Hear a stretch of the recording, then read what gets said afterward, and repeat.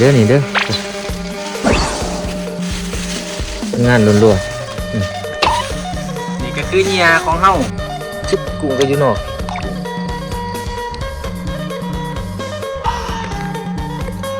ปลาร้าสด ฟังเดียวเด้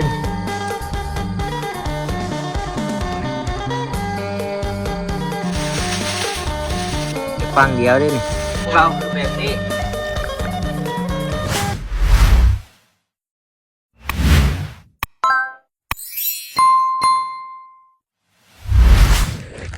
โอเค มือดึกเล่น มือนี่15มือเจ้ามาใส่อีงูนี่อุปกรณ์ของเฮาที่ใส่เอากุ้งเอาซิวแซ่บเหงื่อเบิ้งสิอันมันรีวิวเหงื่อเนาะเอามาโอ้ส่งไปตะขี้เดียดแอป แอปแอร์ฮะนี่ก็คือเหงื่อของเฮาสิมาใส่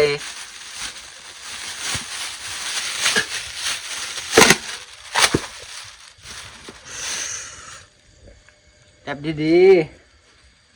ๆโอ้อาปลาร้าสดๆวิธีการใส่ของเฮาเขาจะเอาเสือกผูกย้อนเนาะนี่คือเสือกของเฮาเขาจะผูกหอยย้อนทั้งในโอ้ยไปตะกินปลาแดกก็ได้อันนี้ก็ปลาแดกบดได้เน่าด้วยเขาจะใส่ปลาแดกสดๆเลยนี่วิธีผูกที่ใส่ของเฮาเดี๋ยวอันหนึ่งเขาจะเฮ็ด3 อันอันที่1ผ่านไปอันที่2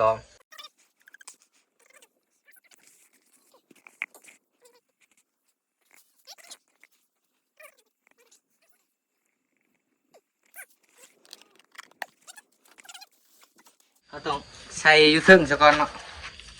เอาย้อนลงไปในนี่บัดลงน้ำเขาจังถิ่มย้อนลงไปแล้วเขาก็จังสีโบได้ ไปใส่อีกเสื้อหนึ่งลักษณะของงูของเราคือแบบนี้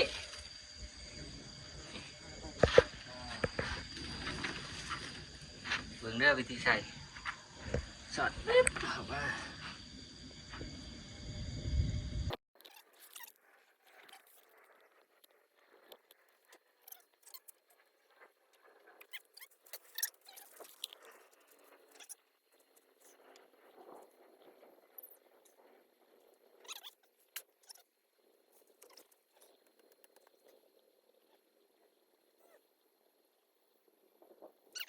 เร็วเลยเนาะ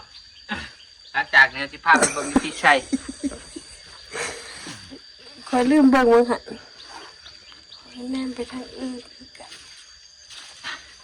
พาไปเบิ่งวิธี มัด การ ไว้ ใส่ ไหมมัดไว้ไหม ไป ไปใส่น้ำตื่นมา ตามมา เดี๋ยวย่างไว้ได้กันเจ้าจะใครเห็นเจ้าชุ่มปะ โอ้ป้ามันจะขึ้นน้ำไหลมันขึ้นเบิ่งนี่คือหมองเขาจีใส่นะ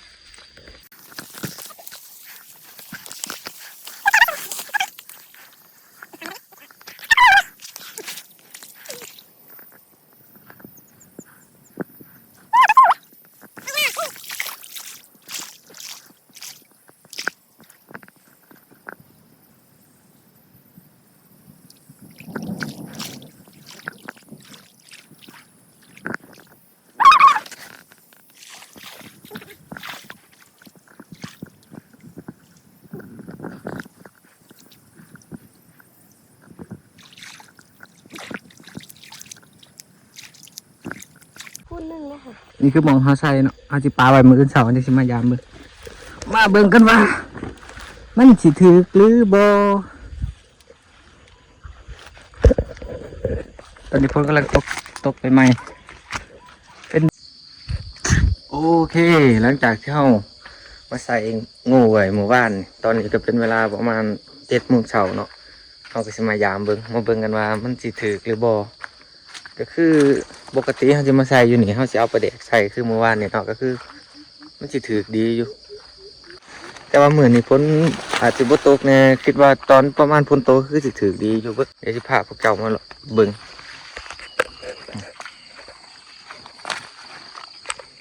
นี่คือทางลงใส่บรรยากาศยามเช้าเบิ่งปลาซิวคือบ่อนหลายแท้พุ่นน่ะบอกว่าสิบ่ถือให้ค่อยเตรียมตัวสิลงเนาะแจกยามันโอ้ชิตเบิ่งปลาซิวเบิ่งสิสู้มันพวกเจ้าเบิ่งพุ่นน่ะปลาซิวเต็มเลยเดี๋ยวอาจจะพามาลุ้นว่าแบบทำอิดโอ้หนาซีเย็นๆเด้อพี่น้องยังมีเสาเอาประเด็กเขายังหอยมันไม่ทันได้ลดเบิดด้วยแกะเสือก้อนขันแหลกพูดเบิ้งหมกม่วงกันดิ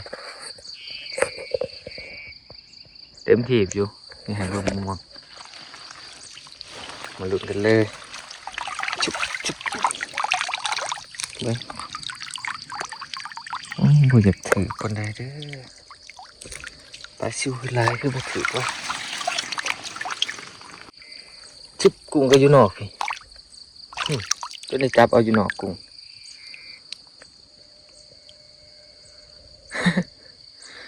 กุ้งบ่เขาพี่น้องให้หอยน้ำอีกเดี๋ยวจับเดี๋ยวยัดมันเข้า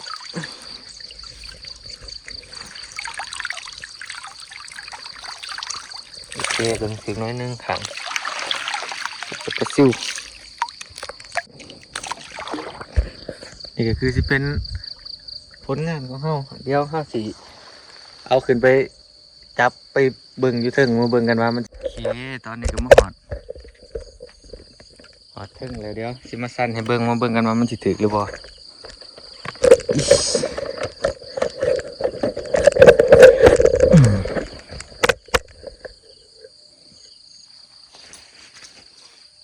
เดี๋ยวสิสั่นเห็นบ่ลิ้มสิถือข้างในเนาะมันต้องสั่นไปเก็บอีกฝั่งหนึ่งฝั่งใดฝั่งหนึ่งตุ๊บโอ้ถือกี่ตั้ง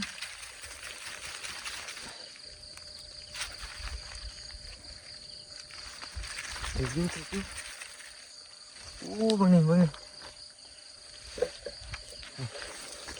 แค่ฝั่งเดียวได้นี่มีแต่กุ้งสดๆเลย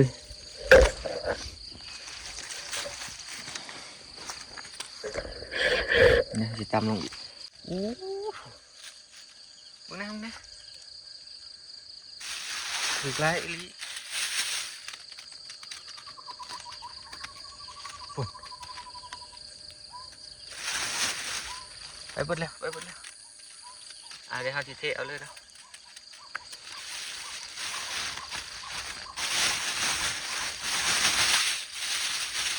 โอเคเบิ่ง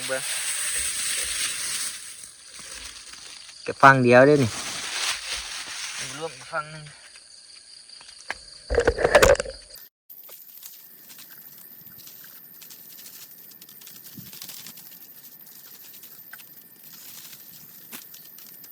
ฟังนี่มันจะบ่ถือปานใดเนาะเพราะว่าเขาสิสันลงไปเอาฟังน้ำเบิดแล้วจะมีแต่พวกปลาซิวพวกกุ้งก็ยังได้อยู่เนาะบ่ได้หน่อยเลยเด้นี่พูดอุ้ย